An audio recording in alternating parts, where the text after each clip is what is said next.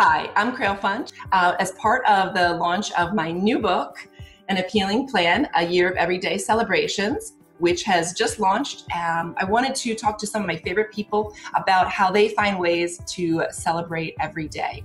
And today I have with me my friend Karen Gillman.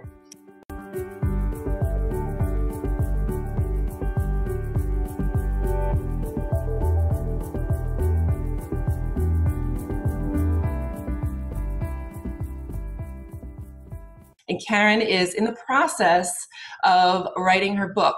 So I'm going to let her tell you a little bit about it.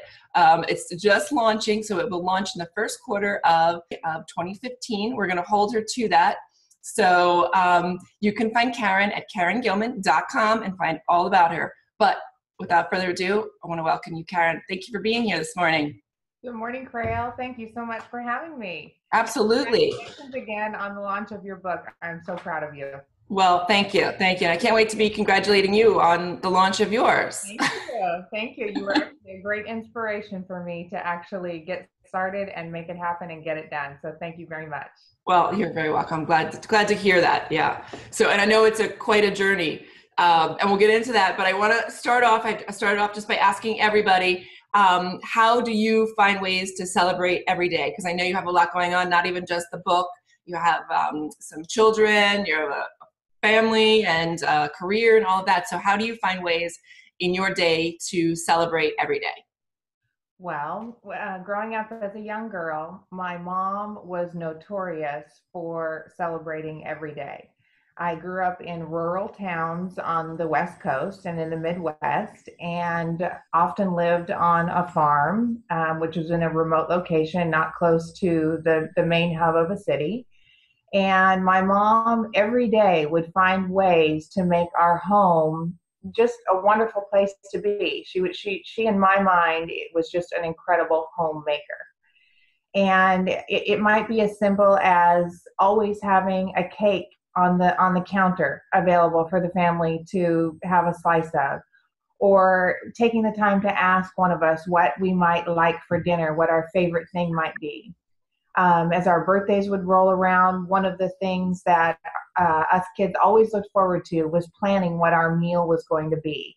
And my mom would take the care and the time to plan what that special thing might be and just make it a special night for that particular child. When the holidays came around, we could always count on her just to spur up fun from day one until it was over.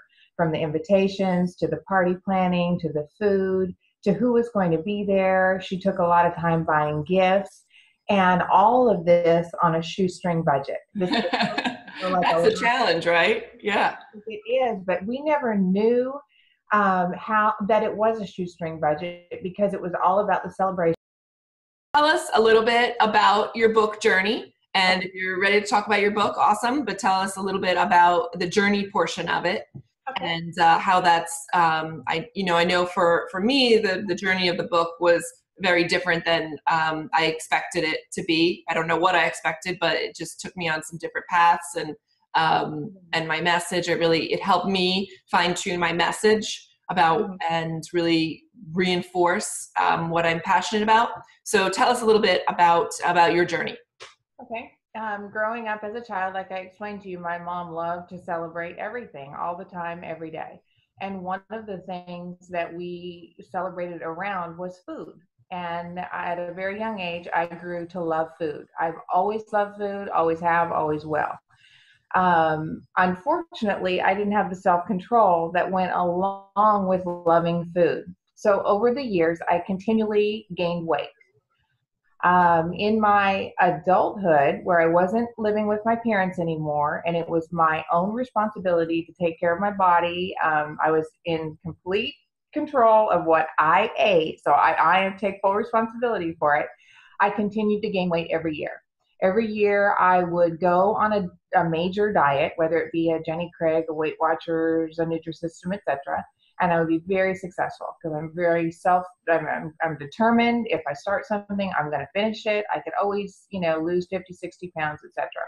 Unfortunately, by the end of the year, I would have stopped that diet. I would have gone back to my old habits. I would have gained all that weight back in addition to 10 to 15 pounds. So if you continue on that cycle for 10 years, it's like a roller coaster of up and down. It's emotional. You feel like you're always on a diet, because I was on a diet for half of the year. Right. But you're not getting anywhere. You're actually going in the reverse direction. So even psychologically, it just does a lot on you mentally and physically on your body. By the time all this was said and done, I was in the range of 325 pounds. I was very unhealthy. I started to notice things about my daily lifestyle that I knew if I didn't get it under control, my whole life was going to take a change for the negative. Back pain, ankle pain, knee pain, no energy, didn't want to do anything, didn't want to get off the couch, etc. And I really didn't want to spend my life like that, because I was a very active, physical, outgoing person. So after a lot of research on a lot of various things, I decided to pursue lap band surgery. In 2004, I underwent the surgery and have had a very successful go of it. Since then, I have lost and maintained a weight loss of 145 pounds. Congratulations. Thank you. And it's changed my life. I'm back to living a healthy lifestyle. One of the things that I had to do, though, is instead of every day celebrating around food, where I love a party, I love to go out for lunch, I love to get together for dinner, but all of that surrounds food. So I had to daily transform my mind to find ways to celebrate every day without the love of this huge consumption of food. Yeah. And let me tell you, that's a major feat. Yeah, it is. If I had to do it, I know that other people are having to do it also. You work so hard to get this surgery, to get that goal, to get to that point, and then you have that surgery. And then it's like any other diet type thought, where within a week, you're going to have this fabulous body and this great lifestyle, and it's just going to be awesome. Right. And it isn't like that. I mean, it is a tool that you have to use in order to help you get to the goal and maintain the goal. It's just like if you go buy a hammer and you just set it on the table, it's just a beautiful hammer, but it's just not going to get the job done. That's right. So I'm 10 years out now, working on my 11th year. And I think that I have learned tips and tricks along the way and have mastered the art and the lifestyle of living healthy and what I call life after the band. And my goal throughout the book is to tell the before, the during, the after, and to grab that audience of people who are walking in the same shoes that I am, and just share how I've been successful with it and help them along the way also.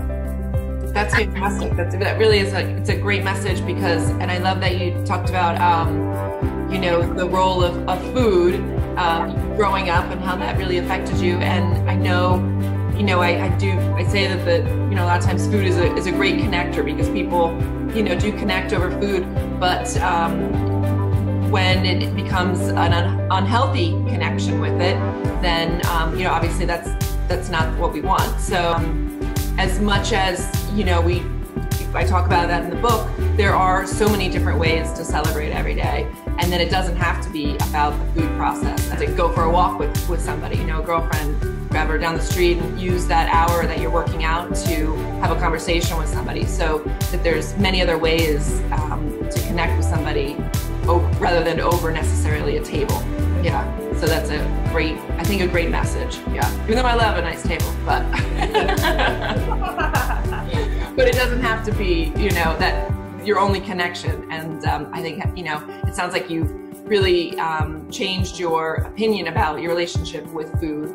And I'm sure a lot of people are going to really benefit from your book. And for sure, it sounds like your message is a good one. So thank you so much for being here. I really appreciate you taking the time out of the day, and we'll let you get back to your little family. All right. Thank you, Karen, very much. And have a great day. And make sure you go to KarenGillman.com and find out all the things going on in Karen's world.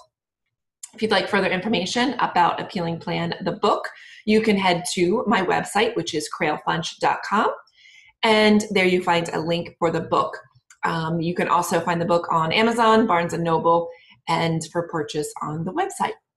So we want to hear from you. We also want to find out how you are celebrating every day. So to be sure, please send us a message on social media using hashtag celebrate every day. Be sure to follow this channel to stay in touch with us and see all of the fabulous people I have within the interview series. We'll see you soon. Thanks so much.